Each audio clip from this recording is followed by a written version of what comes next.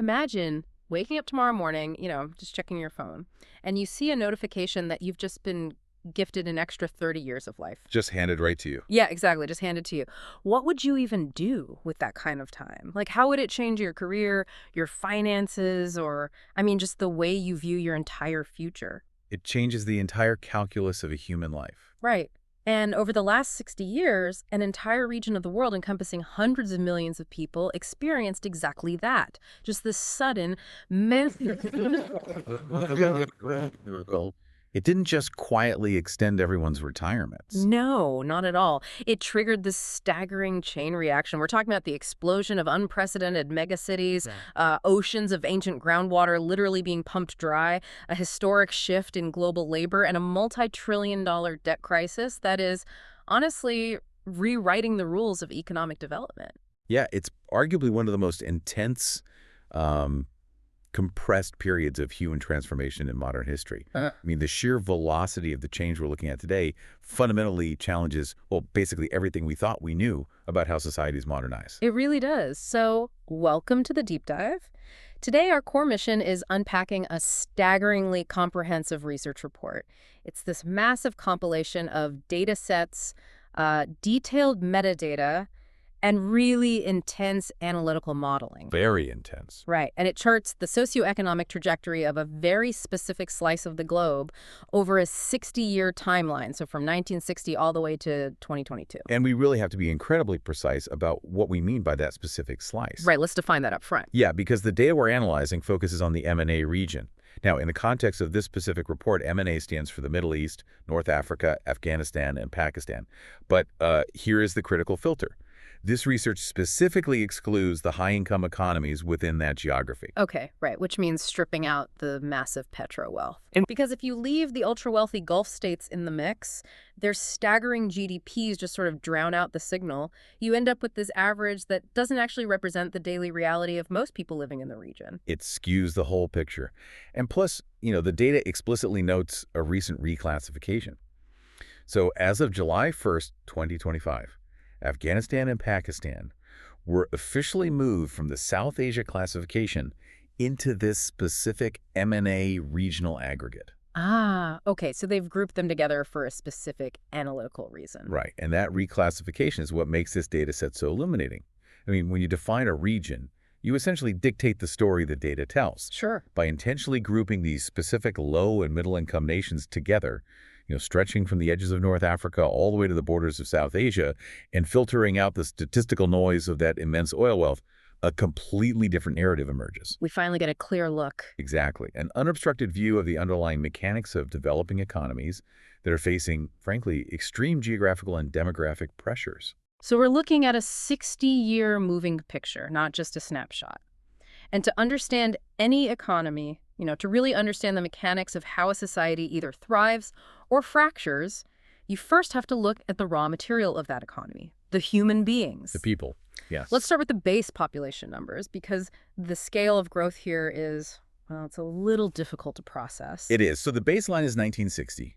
At that time, the total population across this specific non-high-income M&A region was approximately 150 million people. Okay, 150 million. Right. And by 2022, that number had surged to 733 million. Let's just ground that for a second. From 150 million to over 733 million. Yeah. That is nearly a 5-fold increase within a single human lifetime. It's staggering. I mean, that's the equivalent of taking the entire modern population of the United States, doubling it, and then just dropping it into this region. That's a great way to visualize it. But they didn't just multiply, right? They completely relocated. The spatial geography of where these people actually exist violently shifted. That spatial shift. Yeah, that's the urbanization phenomenon. And honestly, it's the engine driving almost every other data point we're going to talk about in this report. Let's get into the numbers on that. So in 1960, the urban population in this region accounted for a mere 2.7% of the total population. Wait, 2.7%? Just 2.7%. That means 97 out of every 100 people were living rural, agrarian lives? Exactly. That is a fundamentally dispersed society. Life was dictated by, the local harvest, just incredibly low density living. It was an entirely different world back then. But, zoom forward to 2022, and that urban share has exploded to 52.6%. Wow. You have a population that multiplied by 5 and simultaneously completely inverted its living patterns. So the regional population density, it surged from 15.5 people per square kilometer in 1961 up to 66.5 people per square kilometer by 2021. But population density across an entire country can be kind of a deceptive metric, right? Especially in regions with vast deserts where nobody lives anyway. Oh, absolutely. So how does the data actually measure this urbanization on the ground? Are we just talking about bureaucrats like redrawing city limits to include farmland? No, not at all. The researchers used a much more rigorous methodology. The metadata defines urban land area by looking at contiguous grid cells with over 5,000 people. And they factor that alongside nighttime light emission data gathered from satellites and settlement buffering. Wait, so they're literally looking at the planet from space, watching the grid light up over 60 years. Yes, exactly. This is physical spatial aggregation.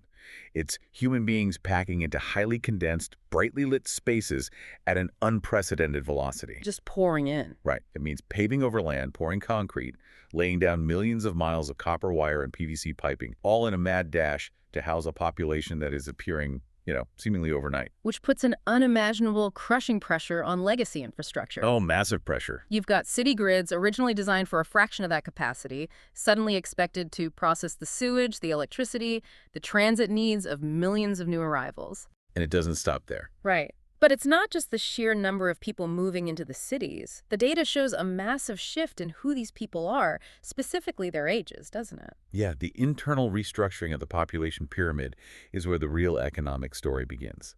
We analyze this through two specific metrics in the data: the youth dependency ratio and the elderly dependency ratio. Okay, let's break those down for the listener. Sure.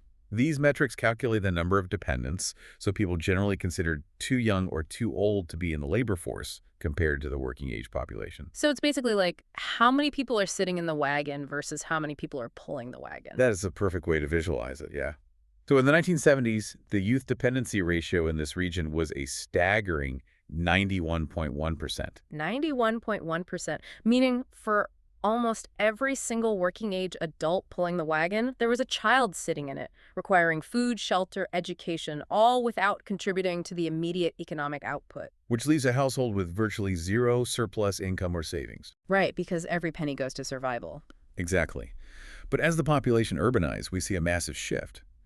By 2022, that youth dependency ratio had plummeted to 53.5%.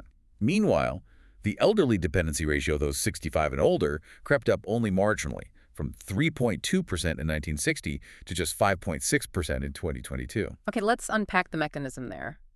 Why does moving to the city cause the youth dependency ratio to free fall like that? I mean, is it just better access to family planning? Family planning is a factor, sure, but the primary driver is the changing economic utility of children. The economic utility. Yeah. In an agrarian 2.7% urbanized society, a child is an economic asset. They can work the fields, tend the animals, they contribute to the family's survival from a very young age. That makes sense. But when a family moves to a dense urban grid cell, a child suddenly transitions from an economic asset to an economic liability. Because in the city, you can't put a 6-year-old to work. They need school uniforms, books, urban health care, and they take up expensive square footage in a tiny apartment. So families, rationally choose to have fewer children. Precisely. And when youth dependency plummets from 91% down to 53%, while elderly dependency barely rises at all, you get what demographers call a scissor difference. A scissor difference? Right. The base of the population pyramid, the children, shrinks slightly, while the massive cohorts of children born in previous decades age up into the middle. So the middle of the pyramid balloons. The people pulling the wagon finally outnumber the people riding in it? The source data tracks this beautifully. The working-age population, defined here as ages 15 to 64, exploded from around 82 million in the early years of the study to over 226 million recently. Wow. This creates the holy grail of developmental economics, the demographic dividend. Now, a dividend implies a payout. It sounds like the region hit a demographic jackpot. You suddenly have 226 million working-age people. That means more hands to build, fewer mouths to feed per household, and for the first time in regional history, a real chance to generate massive surplus wealth. It is a potential payout. Potential. Right. A demographic dividend is not a guarantee. It is a ticking clock.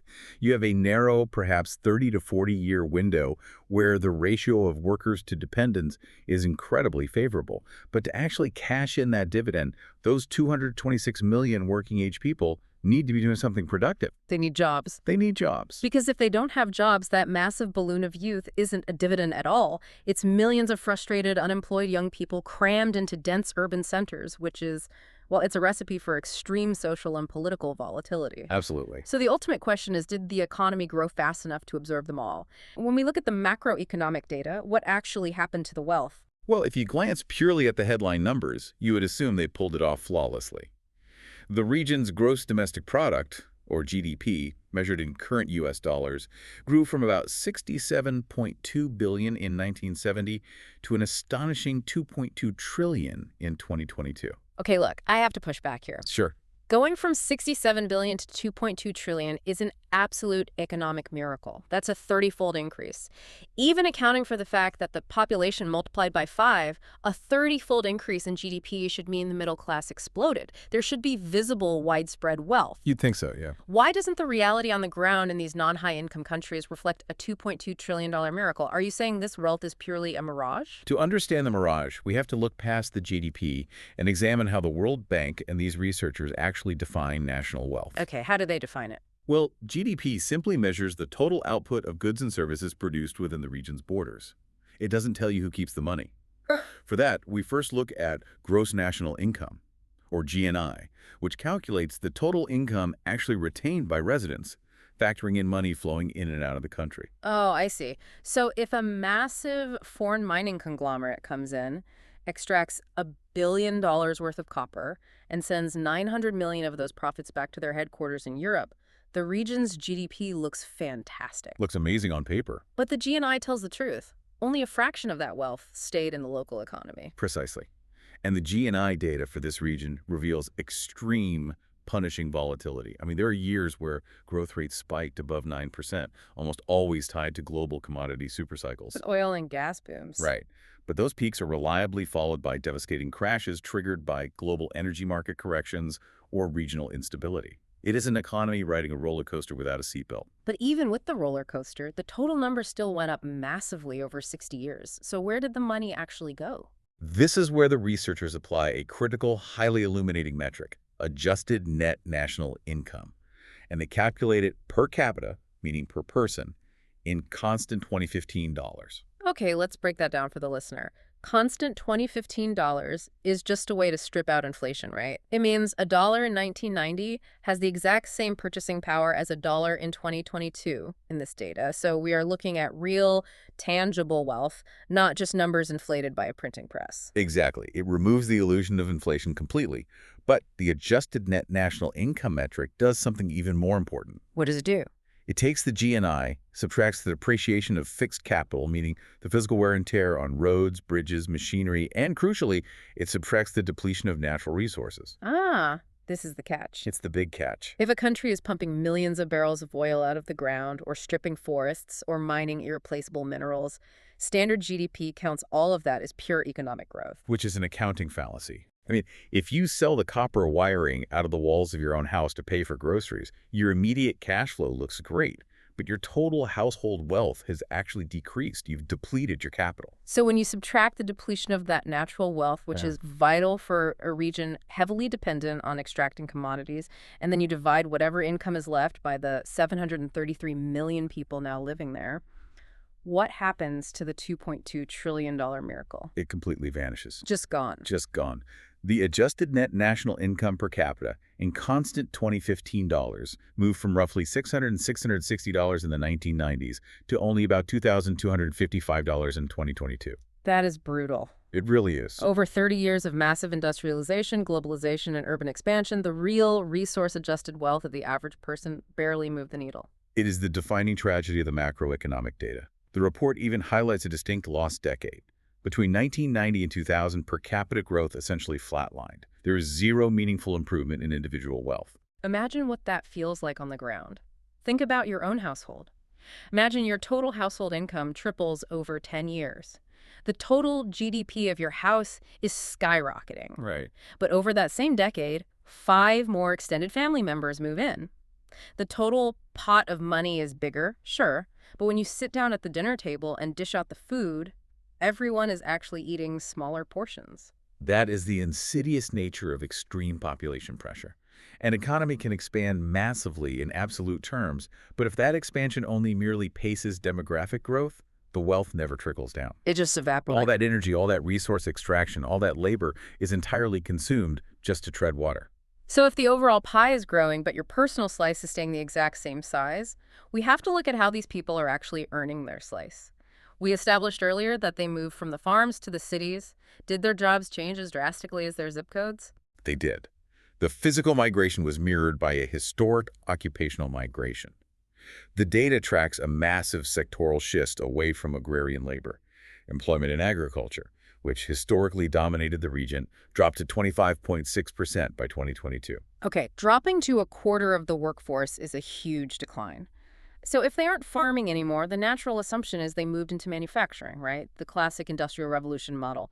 You leave the farm, you go work in a textile mill or a steel plant, and you build the middle class. Is that what the data shows? That is the traditional Western model, but it's not what happened here. No. No. The data shows that industrial employment remained remarkably stagnant over the decades, hovering flatly around 26%. They largely skipped the factory floor entirely. Wait, if agriculture plummeted and industry stayed flat, where did tens of millions of new urban workers go? They flooded into the service sector.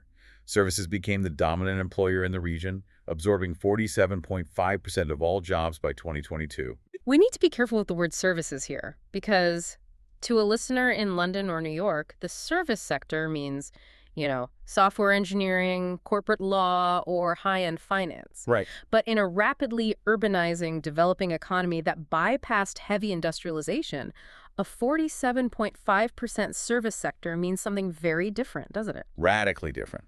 While there's a small tier of professional services, the vast majority of this structural shift represents low-productivity retail, basic hospitality, informal transport, and street vending.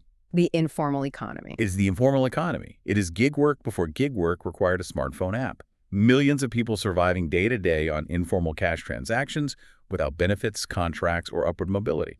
Which perfectly explains why the per capita income stagnated. You can't build a robust taxable middle class if half your workforce is selling goods to each other in informal street markets. Exactly. But as concerning as that structural bottleneck is, the labor data reveals a disparity that is even more alarming. We have to talk about the gender gap. The gender data in this report is perhaps the most glaring paradox of the entire 60-year timeline. The female labor force participation rate, tracking women ages 15 and older, was an abysmal 15.3% in 2022. Let me just make that crystal clear for everyone listening. Yeah. Roughly 85% of the working-age female population in this region is officially outside the formal labor force. Yes. They are not formally employed, and they are not officially looking for formal employment. Now compare that 15.3% labor participation rate with the region's educational achievements. The researchers plot this against the Gender Parity Index, or GPI, in education. Yeah. A GPI of 1.0 indicates perfect equality between males and females. And where does the region score on that? Over the same time frame, the GPI in education, particularly at the secondary level, surged dramatically, nearly reaching that 1.0 parity level. Wait, so we have a situation where young women are filling the classrooms. They are. They're taking the exams, they are putting in the hours, and they are achieving statistical equality with young men in secondary education. But the moment they receive that diploma, they fall off an economic cliff. A total cliff. Why is there this Grand Canyon between getting an education and actually entering the labor market? The mechanism keeping them out is a complex web of cultural norms, structural societal barriers, and restrictive legal frameworks. In many areas within this region, mobility laws, lack of safe urban transport for women, or workplace regulations make formal employment socially or legally prohibitive. Let's look at the sheer economic irrationality of that. We just spent 20 minutes discussing how the region is desperate to increase per capita income, how they're struggling to cash in on the demographic dividend because of population pressure. Right. Yet they are taking half of their highly educated working-age population and legally or culturally barring them from the formal economy. It is the definition of a self-inflicted economic wound. The state spends massive resources building schools, training teachers, and educating a female population, only to artificially cap the return on that massive investment by preventing them from becoming taxpayers and wealth generators. It's like buying a state-of-the-art sports car and then chaining it to the garage floor. That's exactly it. You've paid for the engine, but you refuse to let it drive. Wow. If this region could just bridge that gap between the classroom and the office for women, the GDP wouldn't just be an illusion of natural resource extraction. It would be genuine, broad-based economic growth. Which is exactly why the researchers highlight female labor force participation, not as a peripheral social issue, but as the central economic linchpin for the region's future. You cannot outgrow poverty with half your workforce sidelined. So true. Despite those massive structural failures in the labor market, though, we have to acknowledge that the state's investment in that education, the money spent getting those girls to a 1.0 parity level in the first place, is part of a broader story of human capital development that is genuinely inspiring. Oh, absolutely. We've talked a lot about stagnation, but when you look at the human capital metrics in the data, the progress is undeniably miraculous. The leaps in foundational human development are profound, and they show a region building underlying societal resilience.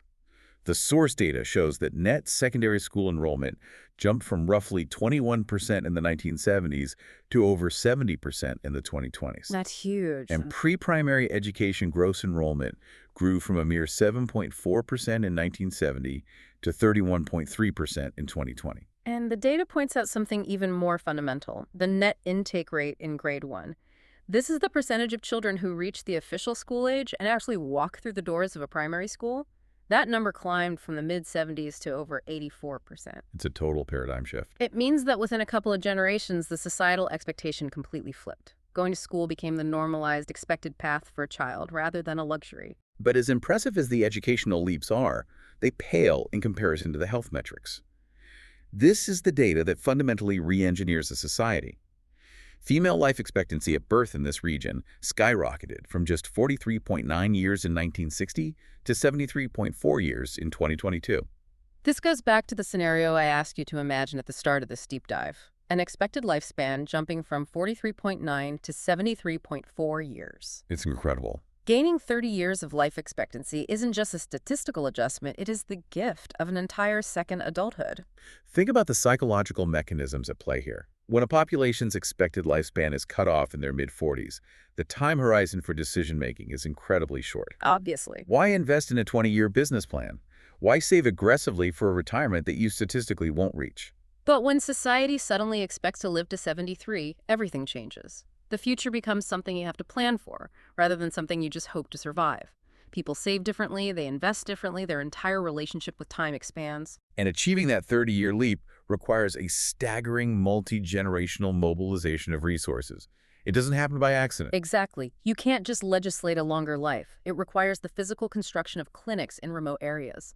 It means establishing complex, refrigerated supply chains to deliver antibiotics and vaccines to those 5,000-person urban grid cells. Right. It means completely overhauling public sanitation so waterborne diseases don't wipe out entire neighborhoods. And nowhere is that coordinated effort more visible than in maternal and infant care. The data highlights that neonatal mortality rates the death of infants within their first 28 days plummeted from 44.2 deaths per 1,000 live births down to around 13.6. Which loops us right back to the demographic shifts we discussed an hour ago. When neonatal mortality is high, parents have a rational, defensive response. They have more children to ensure that at least a few survive to adulthood to care for them. But when that mortality rate plummets to 13.6, the confidence interval of parenthood changes. Parents trust that their children will survive infancy, which leads directly to the decision to have fewer children, driving down that youth dependency ratio and opening up the demographic dividend. It is a perfectly interlocked feedback loop. It's all connected. But giving hundreds of millions of people an extra 30 years of life and having that massive surging population condense into densely packed urban grids requires more than just hospitals. You need physical infrastructure. You need millions of miles of pipes and wires. And as the region desperately built out the modern conveniences of life, they triggered a severe, perhaps existential environmental cost. The infrastructure boom detailed in the report is, on one hand, a triumph of engineering and logistics. Basic drinking water coverage eventually reached 92.3% of the population. That's fantastic. Per capita electricity use more than doubled from 557 kilowatt hours in 1971 to 1,356 kilowatt hours in 2014.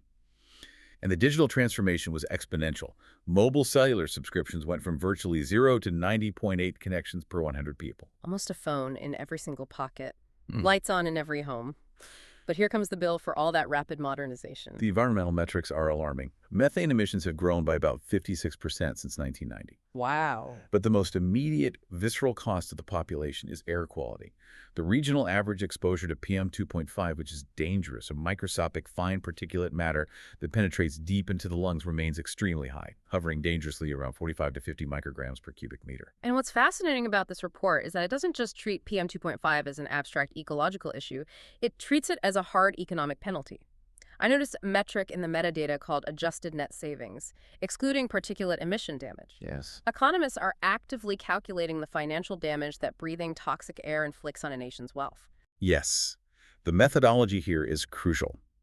When citizens are constantly breathing air with 50 micrograms of PM 2.5, the physiological toll is immense. Asthma rates skyrocket, cardiovascular diseases multiply. Right, people get sick. And that means millions of lost labor hours as people call in sick.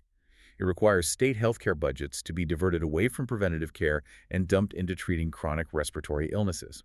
It physically degrades the human capital we just talked about them building up. So the economists actually estimate the monetary value of that health burden and subtract it from the national savings.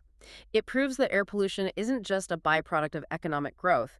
It acts as a direct, hidden tax that cannibalizes that very same growth. It is the ultimate progress at a price paradox. You build the power plants to light the schools, but the exhaust from those plants makes the students too sick to attend them. It's a vicious cycle. However, as severe as the air quality crisis is, the data reveals a stress point on the ground that is even more critical: the water crisis. And this is where the data presents a truly mind-bending contradiction. We are looking at a geographic region characterized broadly by arid climates, deserts, and extreme water scarcity. Yet, the data reveals that an astonishing 87.7% of the total water withdrawal is used for agriculture. Let's connect the dots here, because this is the most glaring paradox in the entire data set. Earlier, we noted that the occupational shift away from farming was massive, with agricultural employment shrinking to 25.6% of the workforce. Right. We also noted that the region has crossed the 50% urbanization threshold, moving heavily toward a service-based economy. Exactly. The people are in the cities and the jobs are in the cities. Yet nearly 88% of the region's most precious finite resource is still being pumped into the desert to grow crops. How is that possible? That's wild, I know. Why would a government drain ancient, irreplaceable groundwater aquifers to support an agricultural sector that provides a shrinking fraction of the total economic output? It defies pure economic logic, absolutely. But it makes perfect political sense when you look at the historical mechanisms at play. This massive water allocation is the result of complex legacies of food security policies. Food security. Yeah. Many of these nations, fearing reliance on global food markets, heavily subsidized agricultural inputs, offering virtually free water and cheap electricity to run the pumps. So they're essentially paying farmers to drain the aquifers. Exactly. And once those subsidies are in place, they become deeply entrenched political entitlements. Revoking historical water rights or raising the price of agricultural water risks massive rural unrest. Nobody wants to take away free water. So governments continue to subsidize the draining of the aquifers, even as their exploding, modernizing urban populations face severe water rationing. It's a slow-motion collision. You have megacities demanding exponentially more water for domestic and industrial use, but the supply is politically locked into farming the desert. Untangling that water allocation isn't just an economic puzzle, it's a political minefield that will dictate the survival of the region over the next decade. Absolutely. Because keeping this whole precarious system afloat, subsidizing the water, building the power grids, importing the food requires cash, a staggering amount of cash. And the data shows that to find it, the region has increasingly had to look beyond its own borders. Which transitions us perfectly into the financial lifeline of the region. Let's look at the influx of foreign capital, specifically Net Official Development Assistance, or ODA. The data indicates that ODA flowing into this region hit a historic, unprecedented high of $34 billion in 2021 alone. Okay, $34 billion is a massive number. But ODA has a very strict definition in international finance, doesn't it? This isn't just a foreign sovereign wealth fund buying up local telecom companies or building luxury hotels for profit. Crucial distinction. The metadata is incredibly rigorous about what qualifies as official development assistance. To count as ODA, the funds must meet three specific criteria. Let's hear them. First, they must originate from official government donors, typically members of the OECD's Development Assistance Committee. Second, the explicit primary objective of the money must be to promote the economic development and welfare of the receiving country. So that automatically rules out foreign military financing or weapons transfers? Correct. And third, and this is the most vital mechanism, the funds must be strictly concessional. This means they must contain a grant element of at least 25%, calculated using a standard 10% discount rate. Okay, let's translate that financial jargon into a real-world analogy. What does a 25% grant element at a 10% discount rate actually mean for the country receiving the money? Imagine you need to borrow $100,000 to fix your roof. If you go to a commercial bank, they will charge you the prevailing market interest rate, say 8%, and demand strict repayment terms. That is the equivalent of a country going to the international bond market to borrow money. Hard commercial debt. Exactly. But now imagine you go to a wealthy uncle. He loans you the $100,000, but he says, look, I'll only charge you 1% interest. You don't have to start paying me back for 10 years. And honestly, you only ever have to pay back $75,000 of the principal. Wow, okay.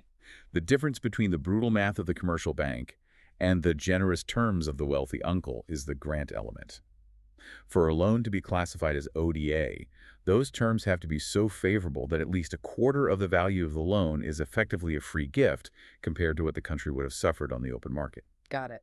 So this $34 billion is fundamentally different from foreign direct investment, or FDI. It's utterly different. FDI is pure profit-seeking business investment. The data defines FDI as cross-border investment, where a foreign entity acquires a lasting management interest, specifically 10% or more of the voting stock in a local enterprise. Okay. FDI flows in because an investor believes they can extract a profit. ODA flows in, at least nominally, as a developmental lifeline. But the M&A region isn't just surviving on the charity of wealthy uncles. They're also borrowing massively on those hard commercial markets. Yes, and this is where the vulnerability deepens. The data tracks the stock of external debt, and it shows that since the year 2000, external debt has fluctuated dangerously between 25% and 30% of the region's entire gross national income. Stop and think about that ratio. Nearly a third of the entire income generated by residents is matched by debt owed to entities outside the country. And the data categorizes this debt, right? It splits it between public and private. Yes. The reports separate external debt into public and publicly guaranteed debt, which is money borrowed directly by the sovereign government or backed by the state's taxpayers, and private non-guaranteed debt, which is money borrowed by private corporations without a state backstop. The overwhelming weight in this region falls squarely on the public side. So we have to ask the hard question. Is this massive influx of external debt and $34 billion in concessional aid just a normal, necessary growing pain? Is it just the standard cost of doing business when you are trying to build megacities and power grids for hundreds of millions of new urban citizens? Or is this region operating on permanent financial life support? It represents a profound vulnerability to external shocks. Borrowing capital to build a port or a rail line that generates massive future economic growth is the textbook development playbook. But when your debt stock hovers at 30% of GNI, you lose your sovereign economic independence. Because you no longer control the variables of your own survival. Precisely. If global interest rates suddenly rise in New York or London, servicing that variable rate commercial debt instantly becomes cripplingly expensive, draining the local budget. Just overnight. Or if those wealthy uncle donor nations face their own domestic recessions and decide to slash their ODA aid budgets, the funding for your local health clinics and water projects evaporates overnight. Which means the line between that debt acting as a catapult for sustainable growth versus it acting as a trapdoor into a sovereign debt crisis comes down entirely to execution. How efficiently is that money being deployed once it crosses the border? That is the million-dollar question. And that brings us to what is historically the most difficult, the most opaque, and the most crucial piece of the entire 60-year puzzle, the operating system of the state itself, institutions and governance. Sectioning off the macroeconomic data, the report pivots to analyze the structural integrity of the state using the Worldwide Governance Indicators, or WGI data. Now, before we dive into these numbers, we must frame this carefully. The WGI is not a measure of absolute objective moral truth. Right. And it's vital we state that. We are not taking political sides or rendering moral judgments here. We are strictly looking through the lens of the World Bank's provided data, reporting impartially on the metrics the researchers use to evaluate the institutional environment. These indicators measure perceptions of governance. Correct. According to the WGI data, the non-high-income M&A region generally scores in the middle to low percentiles across several critical dimensions: regulatory quality, the rule of law, and the control of corruption. Let's zoom in on that control of corruption metric because it sounds incredibly subjective. How does a team of data scientists actually quantify something that, by definition, happens in the shadows? The source metadata provides a thorough breakdown of the mechanism. The control of corruption score is an aggregate metric. It compiles hundreds of diverse surveys and assessments from local enterprise owners, ordinary citizens, and international risk experts. It measures their aggregated perception of the extent to which public power is exercised for private gain. So they are going to the people operating on the ground and asking, what is your daily reality? Exactly. Yeah. And it measures a full spectrum of dysfunction. It captures petty corruption, the daily friction of a citizen having to pay a bribe just to get a standard building permit or to get the electricity turned on for their small business. The day-to-day grind. But it also measures grand corruption, involving high-level officials diverting massive public infrastructure contracts to their allies. Furthermore, it measures state capture. State capture. That is when a small network of elites and private interests becomes so powerful that they effectively dictate the formation of the state's laws, regulations, and policies entirely for their own financial benefit, completely bypassing the public interest. Oh, wow. The resulting aggregate score is mapped on a standard normal distribution, roughly ranging from negative 2.5, indicating very weak governance, to positive 2.5, indicating highly robust governance. And the data places the region consistently in the lower percentiles. Now combine that low governance score with another striking data point from the report. Armed forces personnel make up roughly 2.1% of the total labor force. That reflects incredibly high regional security and defense expenditures. The capital allocation is revealing. When a state is forced or chooses to pour massive percentages of its budget into military security while simultaneously suffering from weak regulatory quality and high corruption friction, it creates a toxic economic environment. This is precisely how countries fall into what economists call the middle income trap. The middle income trap. It's that frustrating plateau where a country manages to pull itself out of absolute agrarian poverty, but then totally stalls out, never quite making the jump to becoming a wealthy, advanced economy. They just get stuck in the middle. But what is the actual mechanism that traps them? Think of building an economy like constructing a building. Moving millions of people from subsistence farming into basic low-wage urban manufacturing or informal service jobs is like building a two-story house. Okay, a two-story house. You can build a two-story house on a fairly basic, shaky foundation. Cheap labor and raw resource extraction will get you there. But a high-income, technology-driven economy isn't a two-story house. It's a skyscraper. And you cannot build a skyscraper on a shaky foundation. A complex, modern economy requires the deep, invisible steel beams of strong institutions. It requires independent courts where contracts are rigorously enforced. Right. It requires transparent regulations where an entrepreneur knows their intellectual property won't be stolen by a state-connected elite. It requires a banking sector that lends based on merit, not political patronage. So poor governance acts as a hidden, suffocating tax on development. You can secure $34 billion in foreign aid. You can build all the sleek new toll roads, hospitals, and fiber optic networks you want. But if the fundamental operating system running the country is buggy and corrupt, the economic computer is eventually going to crash. It deters exactly the kind of foreign direct investment we discussed earlier. Global businesses won't risk their capital building high-tech factories if they don't trust the local courts to protect them. That makes total sense. It makes public infrastructure projects wildly inefficient as funds bleed out through grand corruption.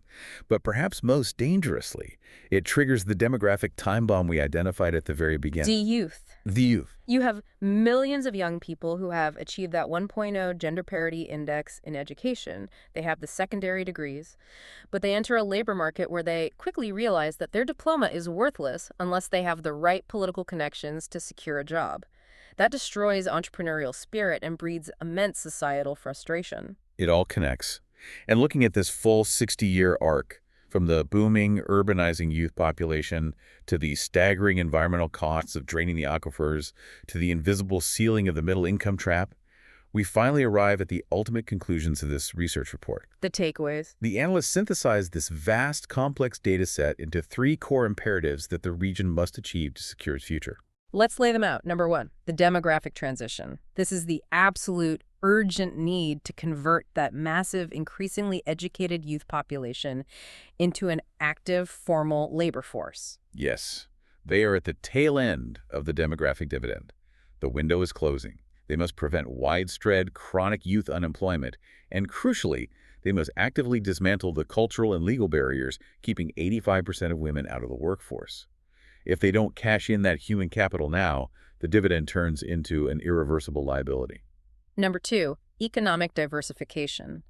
The sheer necessity of breaking the addiction to volatile natural resource rents and foreign aid lifelines and accelerating the transition toward a highly productive modern service economy and advanced manufacturing. Which, as the data proves, is deeply intertwined with the first point. You cannot build a complex, diversified skyscraper economy on the backs of an informal gig workforce. And you certainly cannot achieve diversification if you are deliberately benching half of your educated talent pool. And number three, sustainability.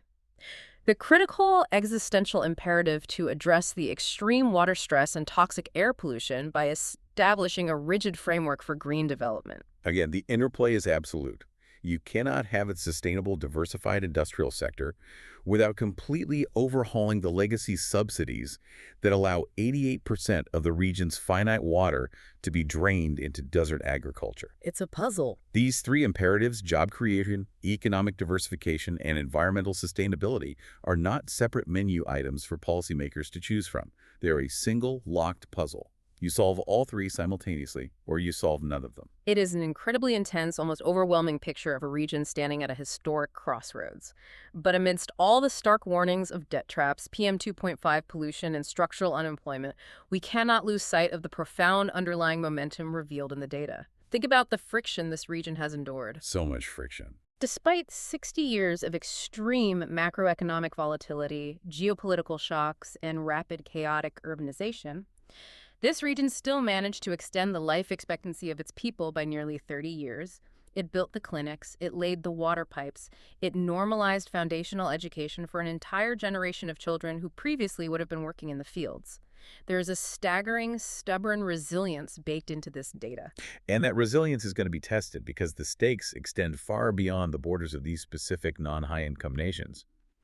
A listener might ask, why should I, sitting in North America or Europe or East Asia, care about the socioeconomic trajectory of the M&A region over the next 60 years? Because they aren't operating in a vacuum. Exactly. Yeah. This region is the geographic, demographic, and economic pivot point of the globe. Its successes or failures in navigating these three massive imperatives will not be contained. Whether they successfully transition millions of youth into the tech economy or whether those youth fall into instability. Whether they innovate new methods of water conservation or whether the aquifers run dry, those outcomes will send massive shockwaves through global energy markets, international security frameworks, and global climate initiatives. Which brings me to a final thought I want to leave you with. When we look at this data, we view the Middle East, North Africa, Afghanistan, and Pakistan as a region facing a uniquely intense, localized convergence of crises. Massive demographic bulges, extreme climate and water stress, crippling debt, and the urgent need to transition an economy away from legacy fossil fuels. It looks like there's specific problems. But if you zoom out, look at the trajectory of the rest of the globe. Isn't this exact convergence of crises exactly what the entire planet is going to be facing very, very soon? What if the M&A region isn't an outlier? If they are effectively serving as the world's canary in the coal mine for these intersecting existential pressures, could it be that the intense, painful solutions they are forced to invent over the next decade, the new models of water management, the new paradigms of urban efficiency will become the exact survival blueprints the rest of the world will desperately need tomorrow? That's a powerful way to look at it. Something to think about next time you look at a supposedly clean economic data set. Thanks for joining us on this deep dive.